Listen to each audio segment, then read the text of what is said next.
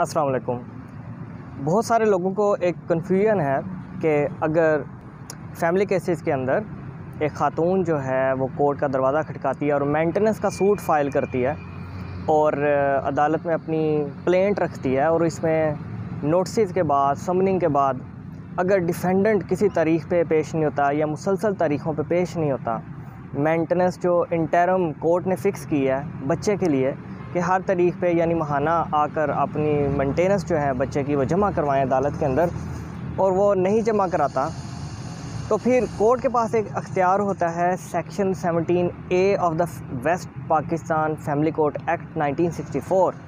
कि वो डिफेंडेंट का यानी शोहर का राइट टू क्रॉस एग्जामिनेशन यानी जीरा का हक ख़त्म कर देते हैं, स्ट्रक ऑफ कर देते हैं कि मेंटेनेंस की हद तक सूट जो है बच्चे की वो डिग्री हो जाती है। अदालत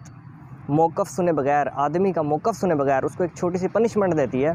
कि जनाब आप चूँकि मेंटेनेंस पे नहीं कर रहे अपने बच्चे का और अदालत में पेश नहीं हो रहे, बावजूद इसके कि समनिंग की जा रही है, नोटिस भेजे जा रहे हैं, आप पेश नहीं हो रहे,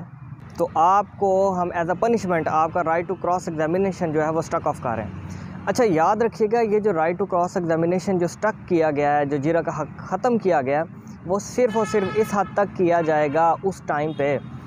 जो मेंटेनेंस की हद तक है। बच्चे की मेंटेनेंस की हद तक राइट टू क्रॉस एग्जामिनेशन शोहर का वो ख़त्म किया जाएगा। जो जहेज़ मांगा हुआ है, जो डिलीवरी के एक्सपेंसेस हैं या डोरी आर्टिकल्स जो भी आपने बयान किए हैं या दीगर आपने चीज़ें जो अदालत से मांगी हैं, खुला वगैरह, उसकी हद तक कभी right to cross examination struck नहीं होगा। हाँ, उसके लिए भी अगर डिफेंडेंट बाद में पेश नहीं होता तो वो भी स्ट्रक ऑफ कर दिया जाएगा, लेकिन जो फौरी तौर पे right to cross examination struck off होगा वो जीरा की हद तक होगा, बच्चे की मेंटेनेंस की हद तक होगा, और ये section 17A of the West Pakistan family court act 1964 के तहत होगा। Thank you very much.